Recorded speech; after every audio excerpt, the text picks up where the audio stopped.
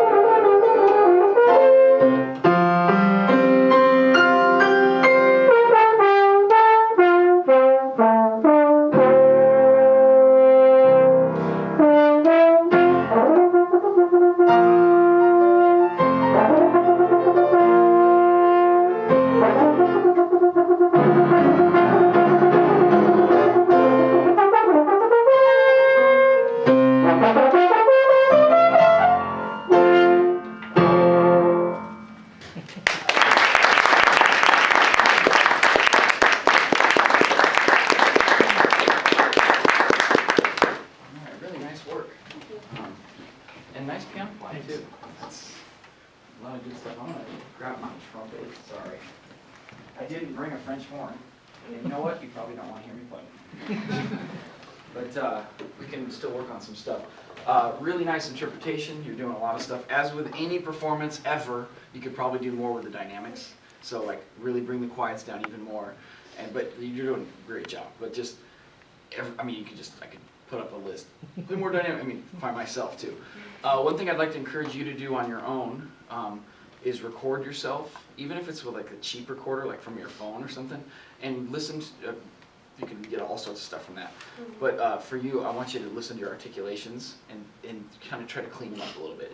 I can hear what you're doing and I'm looking at the music, but it could be clear, especially on the tonguing stuff, like just really front end of the thing. And you know, you're blowing through 15 feet of tubing, so what you're doing here and what you think is coming out right here, by the time it bounces around and comes to us, sometimes it's a little muddy. But I'm being picky. But you're good enough to be picky now. So really do that any music you're doing.